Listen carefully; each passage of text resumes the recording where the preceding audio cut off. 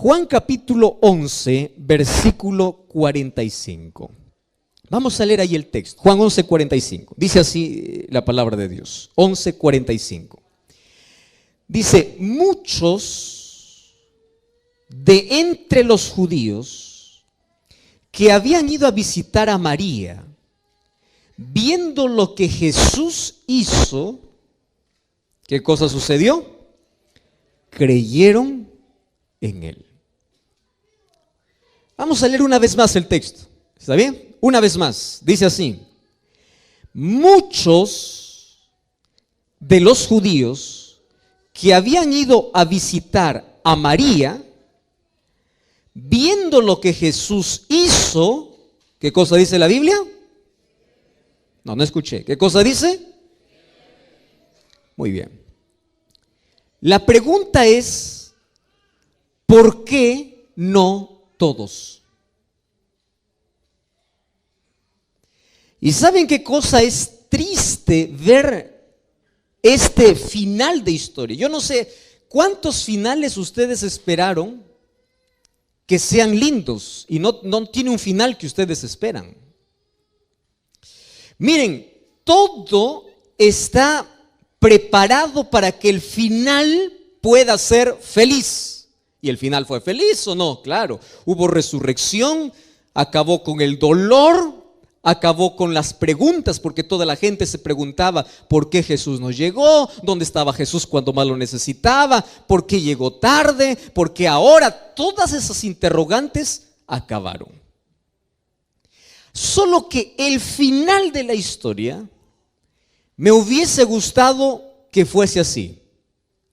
Y después que vieron a Jesús hacer el milagro, me hubiese gustado que la Biblia, que allí dijera: todos creyeron en él. Me hubiese gustado. Pero no dice así. Voy a hacer una pregunta. ¿Cuántos vieron el milagro? Todos. Repitan eso. ¿Cuántos vieron el milagro? No escuché. ¿Cuántos vieron el milagro? Todos. ¿Cuántos creyeron? ¿Por qué no todos? ¿Qué sucedió con aquella gente que no creyó? Vamos a leer el versículo 53. Versículo 53. Dice así: desde aquel día resolvieron o decidieron matarlo. ¿A quién? A Jesús. ¿Quiénes decidieron matar a Jesús? Los que no creyeron. Porque aquellos que vieron el milagro y creyeron en Jesús, lo aceptaron como su libertador, lo aceptaron como el Mesías, lo aceptaron como el Hijo de Dios. Pero aquellos que no creyeron decidieron matarlo. Tú ya sabes hacia dónde estoy yendo, ¿verdad? El asunto aquí es: ¿crees o no crees? Porque no hay nadie que dice: pastor, yo estoy en medio, a veces creo, a veces no creo. No, es simple. Aquellos que no creen forman parte del otro grupo que toman la decisión de matarlo. Claro, hoy voy a hablar de otras expresiones, pero en la historia bíblica el grupo estaba dividido. Y una de las cosas que a mí realmente me deja con ese sabor agrio, con ese sabor amargo, es que Dios crea todas las condiciones para que el ser humano se salve, y aún así Él decide perderse. El ser humano. Dios hace milagros, te da vida, te da familia, te da trabajo, te restaura, te ofrece perdón, te ofrece salvación, extiende su mano, te dice: yo quiero salir, y tú dices: no, yo quiero alcohol, yo quiero droga, yo quiero placer, yo quiero autodestrucción, yo quiero amargura, yo quiero fracaso, yo quiero dolor. Y el ser humano elige aquello que no le hace bien. Y aquí hay un viejo dicho que dice, ¿no? aquel que no quiere creer, aunque ve el mayor milagro, no cree. No cree. Y aquel que quiere creer, aunque no vea, cree. Te doy un ejemplo. Un día Jesús estaba pasando por Jericó. Y dice la Biblia que había 2 ciegos que le dijeron: Señor, Hijo de David, ten misericordia. Ojo, 2 ciegos reconocían a Jesús como el Mesías. Ciegos. Y aquellos que veían milagros, poder, vieron tantas cosas, no lo querían aceptar como el Mesías. Porque aquel que no quiere creer, no importa cuántas cosas pueda haber, no cree. Ahora, muchos creyeron. Me llama la atención esto. Muchos creyeron. ¿Y por qué no todos? Y yo quiero a propósito ahora volver 10 versículos atrás. Vamos al versículo 35. Ustedes se acuerdan que yo estaba con una deuda desde hace 2 noches. Yo les dije que esta última noche iba a dar la respuesta a un interrogante que yo siempre tuve. Versículo 35 de San Juan capítulo 11. Juan capítulo 11, versículo 35. Hemos leído el 45 primero, ahora el 35. Dice así, es uno de los textos más cortos de la Biblia. Tanto así que algunos ni siquiera necesitan allí leer. ¿Qué cosa dice el texto? Jesús lloró. Muy bien, hoy voy a dar la respuesta entonces. ¿Por qué lloró Jesús? ¿No creas que Jesús lloró? Porque ahí estaba Lázaro muerto, estaba detrás de una piedra, estaba con el cuerpo descompuesto. ¿Por qué iba a llorar si sabía que lo iba a resucitar? Tú no lloras cuando sabes que hay solución. Las lágrimas del ser humano es la muestra o de una emoción fuerte, o de una desesperación, o de una angustia que el ser humano enfrenta al ver que todo acabó, al ver que es impotente, al ver que no puede. Y el ser humano desahoga y llora. Y ahora dice, Jesús lloró, solo que no nos explica el por qué. Y el evangelista empieza a avanzar con la historia. Ahí Juan continúa escribiendo su libro y dice, Jesús lloró, punto. Y de allí continúa con la historia. De ahí le dice, quita la piedra. De ahí le dice, Lázaro, sal. Y de allí continúa con la historia. Y termina allí diciendo, entonces muchos creyeron, pero otros decidieron matarlo. Ahora tiene explicación y respuesta las lágrimas de Jesús. ¿Por qué lloró? Porque él hizo todo, escúchame esta palabra, todo, para que la gente pueda creer. Lo mismo hoy. Jesús hizo todo para que tú puedas salvarte, todo. Pero la gente no quiere creer. Si hay algo que lastima tanto el corazón de Jesús, es la indiferencia, la soberbia, la terquedad, la rebeldía. Tú ya escuchaste acerca de un amor no correspondido. ¿Qué es un amor no correspondido? Donde una persona hace todo, absolutamente todo, y hasta lo imposible para que la otra persona también responda a ese amor, pero no responde. Hiere. ¿Y tú sabes cuál es el amor menos correspondido en este planeta? Es el amor de Dios para el hombre y la respuesta del hombre para Dios. Hace todo, pero algunos creen y otros lo condenan. La pregunta es, ¿qué hace que una persona crea y otro le condene? ¿Qué hace que pueda existir esos dos grupos? La respuesta es obvia. Hoy voy a hablar acerca de cómo algunas personas tienen el corazón endurecido. Y cuando yo hablo de corazón, no estoy hablando de aquel órgano que late y que bombea sangre, no.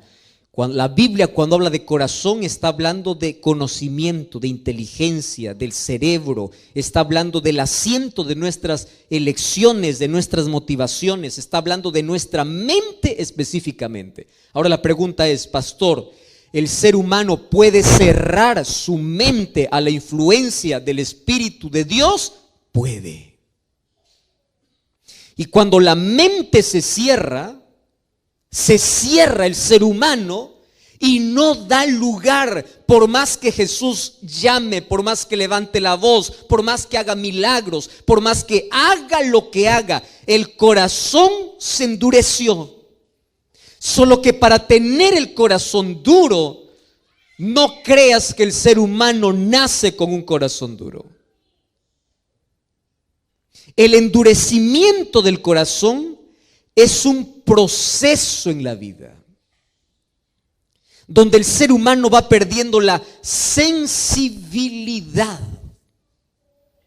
Vamos a imaginar que un día va para el campo para ayudar a la familia y el padre le da un machete, ¿no? El instrumento para cortar, o le da una pala, una palana para poder trabajar en el campo. Cuando él agarra ese machete o agarra esa pala, va para trabajar. Cuando empieza a trabajar unos 10 minutos, en la mano va a ocurrir algo. Primero va a causar dolor, porque la mano, ¿qué cosa es? Sensible.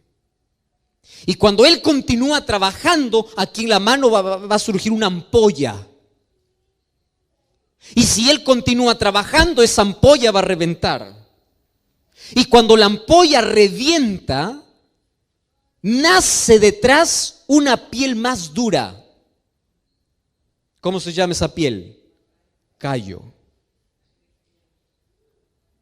Y cuando la mano tiene callo, tú puedes trabajar todo el día con el machete y la pala y la mano ya no siente más.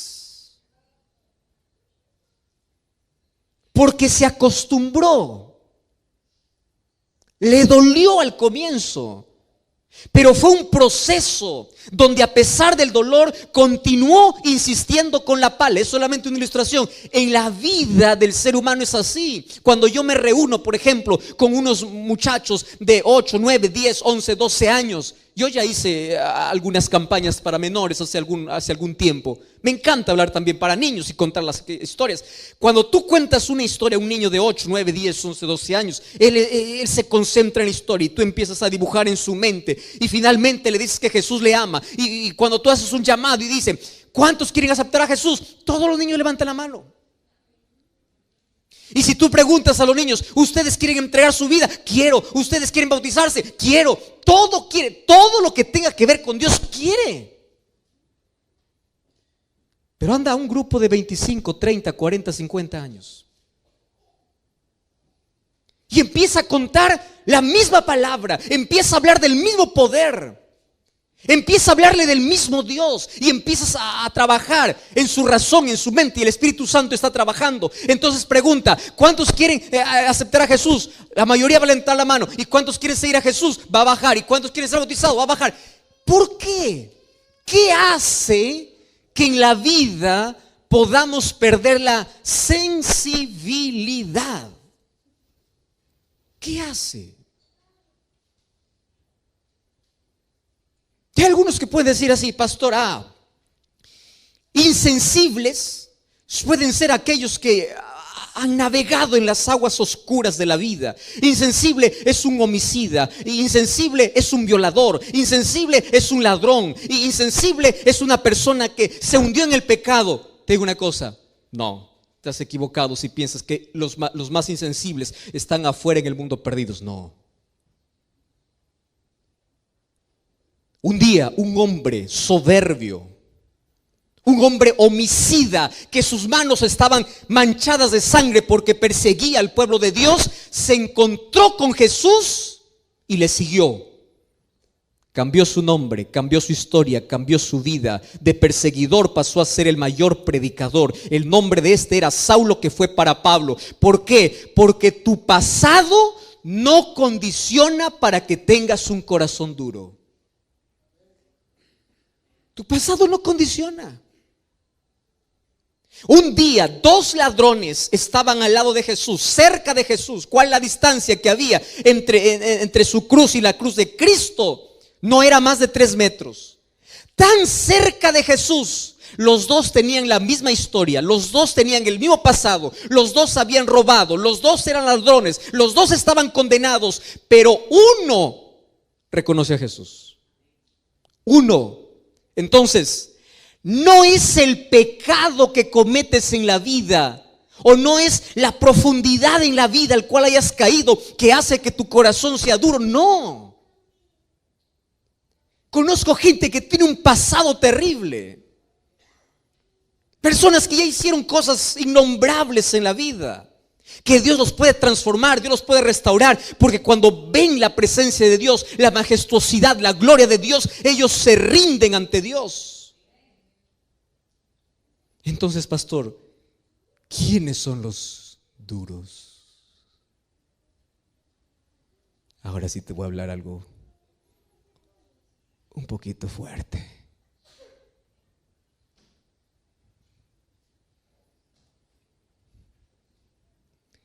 ¿Sabes quiénes son los que tienen el corazón más endurecido?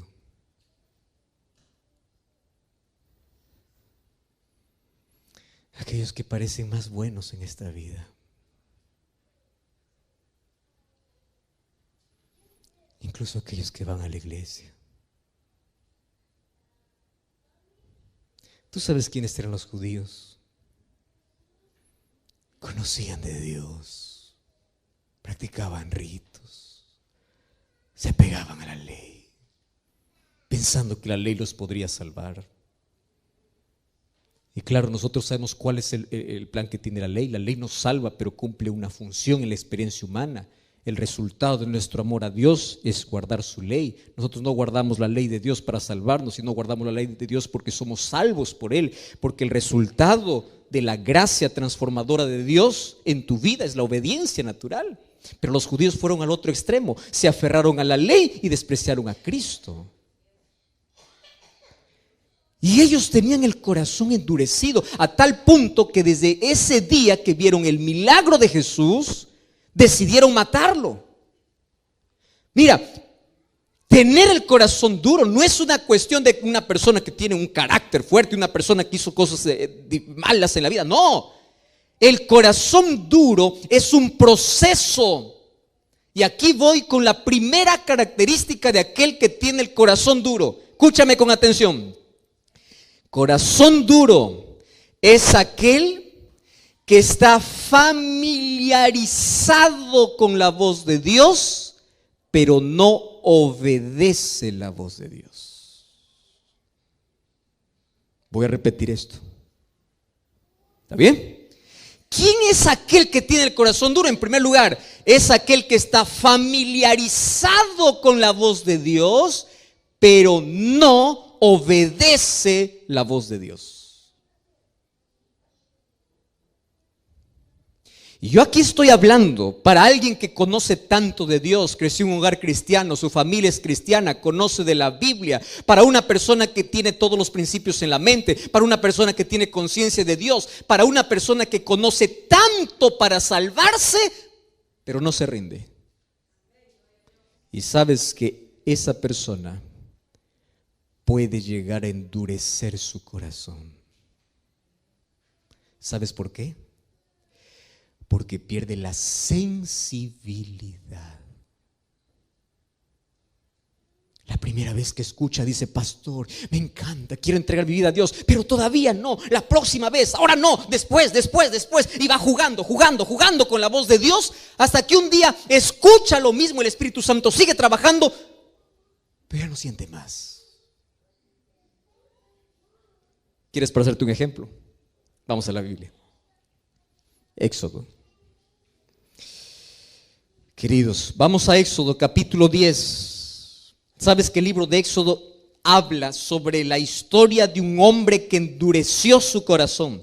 Y ahora te voy a explicar por qué a veces la Biblia o aquí en el libro de Éxodo dice que Dios endureció el corazón. ¿Fue Dios que endureció o fue Él que se endureció? Vamos a Éxodo capítulo 10. Mira, ven.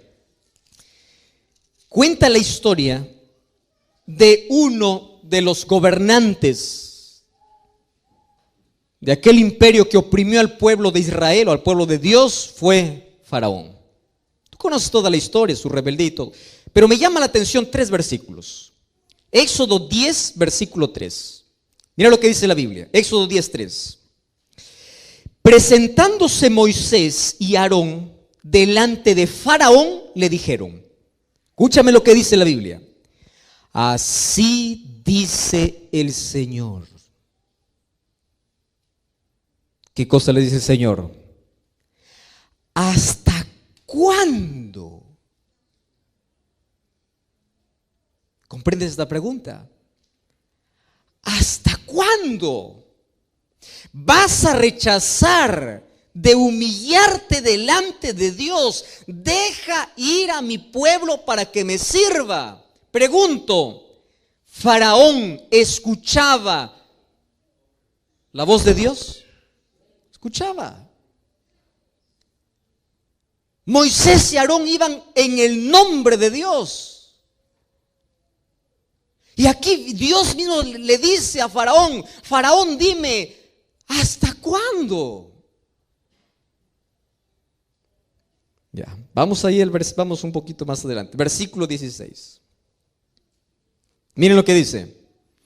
Entonces se apresuró Faraón en llamar a Moisés y a Aarón y les dijo, pequé contra el Señor vuestro Dios y contra vosotros. ¿Qué les parece este texto? Es lindo como para decir un amén, ¿verdad? Finalmente uno dice, amén, finalmente el faraón se arrepintió. Él está reconociendo que ha pecado contra Dios. Y viene el versículo 17. Ahora pues yo les pido que me perdonen por mi pecado esta vez y que ustedes oren al Señor vuestro Dios y quite de mí esta plaga. ¿No les parece un reconocimiento interesante? Sí, ¿verdad? Y puedo decir, wow, amén, aleluya, el faraón se arrepintió. Lee un poquito más abajo. Versículo 20. Y el Señor endureció el corazón de Faraón y no dejó ir a los hijos de Israel. Pastor, pero aquí dice que Dios lo hizo. Préstame atención acá. Esta es una de las discusiones para muchas personas. Dice, Dios lo endureció. No, espera un momento acá. El amor de Dios, la misericordia de Dios, la gracia de Dios, los milagros de Dios funcionan así. Voy a tomar la misma historia que hemos leído de Lázaro. ¿Quién hizo que algunos creyesen y otros no creyesen después de haber visto el milagro? ¿Eso fue decisión divina o decisión humana? Humana. Porque Dios te dio libertad. Ahora, ¿por qué dice aquí Dios endureció el corazón? Vamos a ir por partes. El amor de Dios es como el fuego o es como el sol. Voy a tomar las dos ilustraciones. Cuando tú colocas fuego y colocas una olla de agua hirviendo y tú colocas allí una papa, escúchame aquí con atención, colocas una papa a una olla de agua hirviendo, dentro de 5 a 10 minutos, ¿cómo está la papa? Blanda. ¿Cómo entró? Duro. ¿Cómo salió? ¿Qué hizo? ¿Quién hizo eso? El fuego. Si tú traes un huevo frágil, ¿verdad? Colocas al mismo fuego donde la papa se deshizo, ¿qué sucede con el huevo? Se endurece.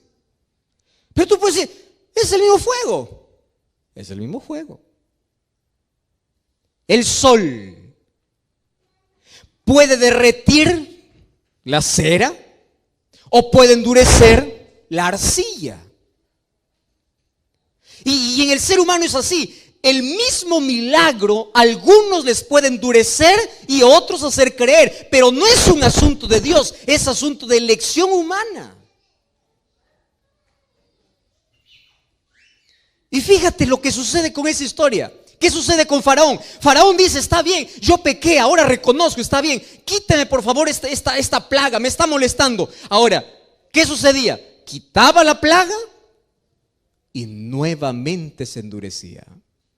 Muchos tienen el corazón de Faraón. ¿Sabes cuál es el corazón de Faraón? Aprenden a jugar con Dios. ¿Por qué? Porque solamente buscan a Dios en la necesidad. Pasa la necesidad y dan la espalda a Dios. Tú ya viste una persona que está en problemas, por favor oren por mí, oren por mí. Una persona que tiene algún enfermo o una persona que está enferma, ore por mí y yo después voy a servir al Señor. Esa persona se sana y vuelve a su vida. ¿Quieres un ejemplo más claro? Yo no sé cómo aquí reaccionan, pero allá, por ejemplo, he estado ya en varios países. Cada vez que existe un terremoto, estoy a contar una historia, me parece una de estas noches. Cada vez que existe un terremoto, hasta aquel que dice ser ateo va a orar. Las iglesias se llenan, todos confiesan sus pecados, la tierra tiembla, los edificios caen, la gente se desespera, la gente busca a Dios, la gente hace todo y dice, Señor, sálvame, Señor. Pasa el terremoto, la gente volvió a su vida. ¿Viste eso o no? ¿Quién sabe? Puede estar alguien aquí, ¿verdad? Llega un momento de emergencia, Señor, sálvame. Dios te salvó nuevamente. Tu corazón se endurece. Entonces, llega un momento en que tanto juegas con Dios, que tu corazón se va endureciendo. Dios no mandó 10 plagas para Faraón. Dios mandó 10 oportunidades para que Faraón se pueda rendir, pero no se rindió. Porque el peor error que puedes cometer en la vida es familiarizarte tanto con la voz de Dios, pero no obedecerlo. ¿Y sabes qué cosa dice el libro de Job, capítulo 9, versículo 4? Dice así: Él es poderoso de corazón y Él es sabio. ¿Quién se endureció contra Dios y le fue bien? ¿Quién?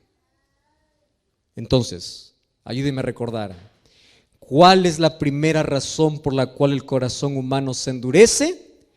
Cuando escucha la voz de Dios, pero no obedece. Repitan conmigo.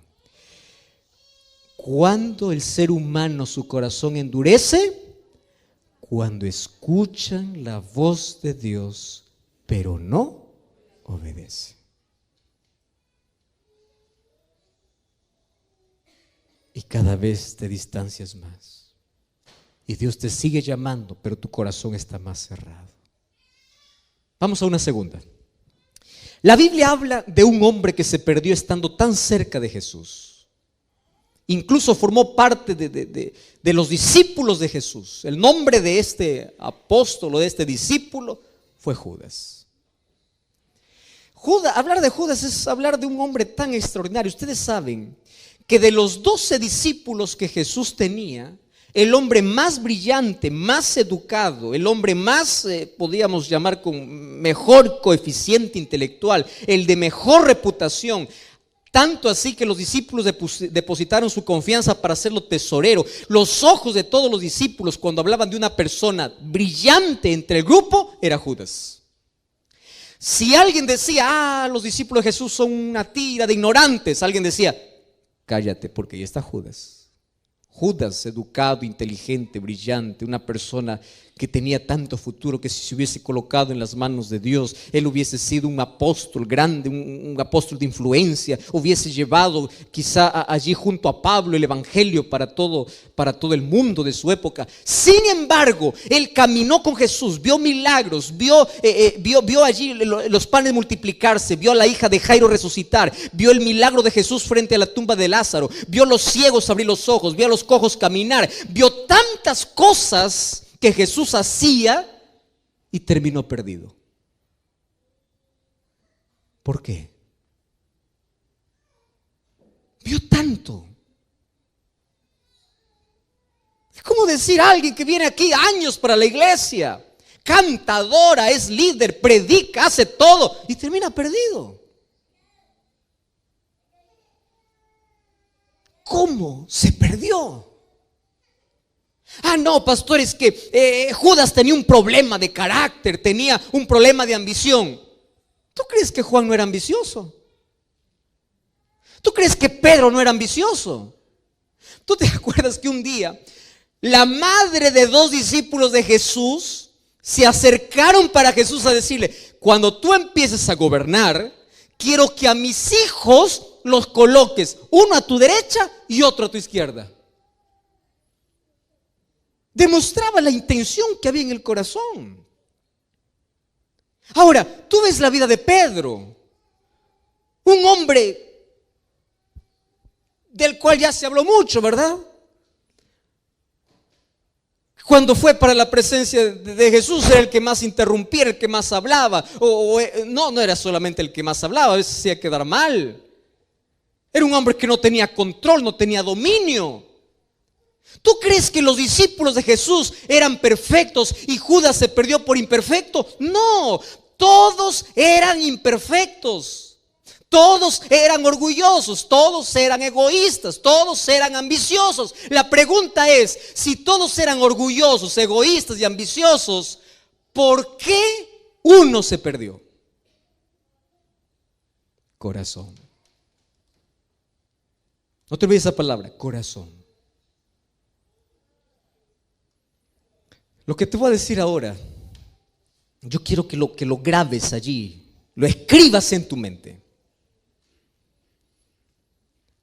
El pecado no es un problema para Dios, porque Dios te puede limpiar de todo pecado.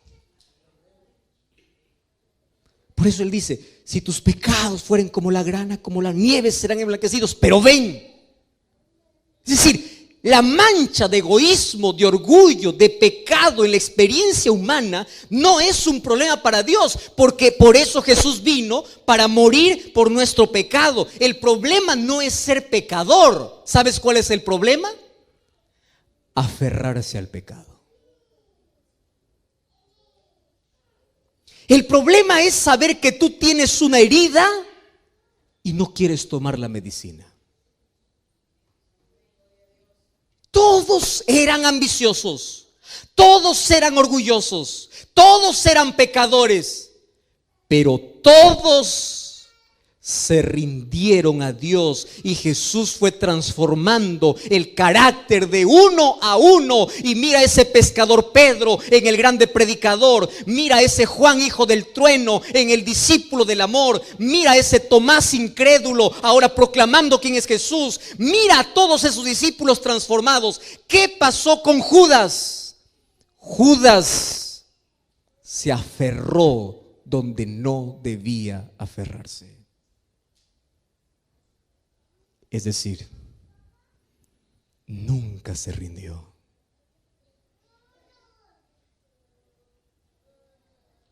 Queridos amigos,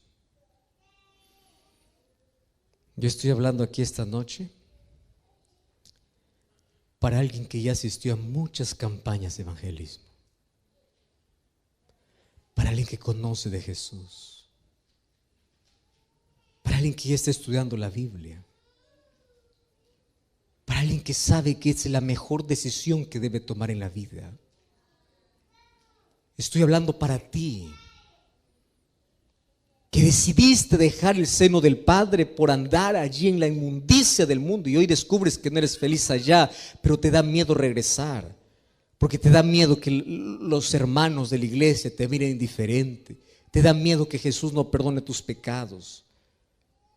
Déjame decirte una cosa, vuelve, ven a Cristo. El problema para Dios no es tu pasado, porque Él puede arrancar las páginas más oscuras de tu vida. El problema no es que tu vida esté destruida por el pecado, porque Dios lo puede construir para su reino. El problema es que tú no quieras, es que tú no sueltes aquello que tienes que soltar, es que tú no decidas hoy volver. Es que escuches tanto la voz de Dios, te acostumbres a escuchar y a escuchar tantos llamados, pero no estás dispuesto a ir y a rendirte delante de Dios. Ese es el problema. ¿Cómo se endurece el corazón?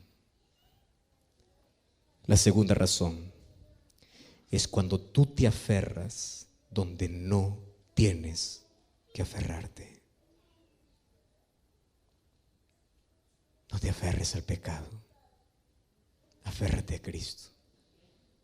Él puede transformar tu historia, Él puede cambiar tu vida. Por eso la invitación de Jesús es así: si oyeres hoy su voz, no endurezcáis vuestros corazones. ¿Tú sabes por qué en la Biblia no existe mañana? Porque el mañana es un misterio que no sabes si lo vivirás. Apocalipsis 3:20 dice así: he aquí estoy. No dice estaré. ¿Qué cosa dice?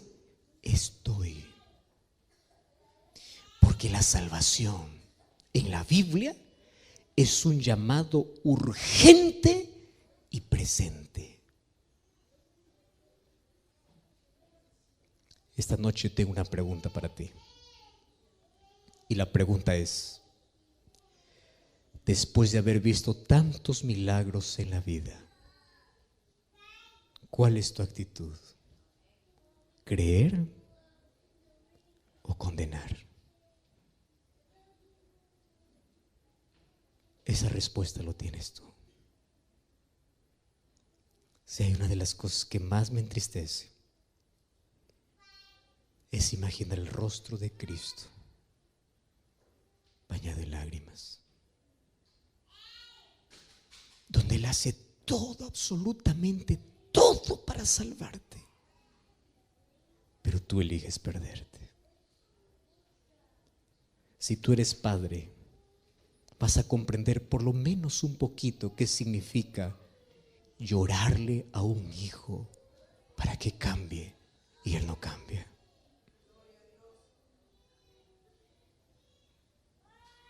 Si eres padre, por lo menos puedes sentir un poquito qué significa sufrir al ver que tus hijos se pierden. Pero es el mismo dolor que Dios siente por ti. Despreciamos la salvación por correr tras la destrucción. Elegimos no creer y terminamos condenando a Cristo. Por eso Juan 11:35 dice: Jesús lloró.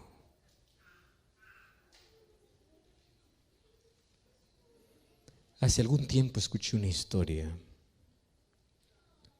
de un muchachito que vivía en una de las tribus allá en el África, muy pobre. Pobre, pobre, pobre, pobre. No tenía ninguna comodidad, vivía casi en intemperie. Y allí un día llegó hasta una de esas tribus un misionero, un pastor. Empezó a hacer una campaña, le gustó tanto al ver de que los niños se reunían y le llamó tanto la atención allí un morenito que siempre estaba adelante, tratando de cantar, tratando de entender todo lo que este pastor, este misionero decía. Hasta que un día le dice: mira, a mí me gustaría que tú puedas venir conmigo, yo te puedo dar educación, yo te puedo dar todo. Y él le dice: pues puede hablar con mis padres. Fueron a hablar con los padres y los padres dijeron: nosotros no tenemos cómo sustentar a este niño, si usted quiere puede llevarlo. Sin embargo, él es nuestro hijo, lo amamos mucho, más también queremos su bienestar. Aquel misionero tomó al niño y lo trasladó hacia una ciudad, le dio educación, el niño fue creciendo, tenía un buen coeficiente intelectual, era inteligente, empezó a aprobar todos los cursos. Un día fue creciendo, creciendo, y a medida que fue creciendo y viendo tantas comodidades a su alrededor, empezó a olvidarse también de su familia. Y después de algunos años él escribe una carta. Y él ya tiene una novia, y una novia donde él había dicho: mira, yo vengo de mayores comodidades, donde él se avergonzaba en sí de su origen. Y él hacía creer a todo el mundo de que él venía de una familia muy acomodada. Un día envía una carta allí para sus padres y allí les dice: miren, yo me voy a graduar, yo voy a ser un maestro. Y los padres, como no sabían ni leer, buscaron un intérprete al ver de que allí leía la madre, o la madre le dice allí a su esposo, el esposo le dice al esposo: yo necesito ir a ver a mi hijo, va a celebrar uno de los mayores logros en su vida, es nuestro orgullo, nuestro hijo. Y el esposo le dice: pero no tenemos dinero y tienes que viajar. Dice: no importa, yo voy a hacer un sacrificio. Ustedes saben el amor de madre. Agarró allí, o tomó el primer día, fue allí de camino durante todo el día, solamente con una cantinflora de agua. Y allí tuvo que atravesar aquel desierto, y débil llegó hasta otro lugar donde alguien le ofreció un servicio de caminar por aquel desierto en un camello, en un animal para que pueda llevarlo hasta la ciudad. Y fueron 2 días casi de agonía bajo ese sol caliente, bajo aquella arena que hierve, y a la distancia pudo divisar la ciudad. Y allí el poco dinerito que había juntado durante toda su vida lo colocó allí en su seno la madre, y dijo: lo primero que va a hacer cuando vea a mi hijo es correr, es abrazarle. No lo vi tanto tiempo, yo lo amo, no pude darle lo mejor, pero yo lo amo, y le voy a decir que siempre lo extrañé, siempre lo amé. Y cuando llegó allí, ella averiguó dónde estaba la universidad. Entonces tú puedes imaginar la madre cómo estaba, ¿verdad? Andrajosa, no tenía un zapato, estaba descalza, estaba con un vestido, no, ni siquiera un vestido, ¿verdad? Era pocas ropas que tenía por la miseria donde ella vivía. Y de pronto, cuando llegó a la universidad, allí este muchacho vio que en la distancia se aproximaba alguien que parecía ser de su tribu. Y aquel día era el día de graduación. Y aquel día fue donde todos tenían que celebrar. Y él era uno de los alumnos más brillantes. Y él se fue, se escondió y dijo: yo hoy día no voy a salir. Hasta que el rector se dio cuenta de todo eso. Y en aquel día donde estaban entregando las diplomas para todos, en aquel día le dicen a este muchacho: nosotros tenemos una sorpresa para ti.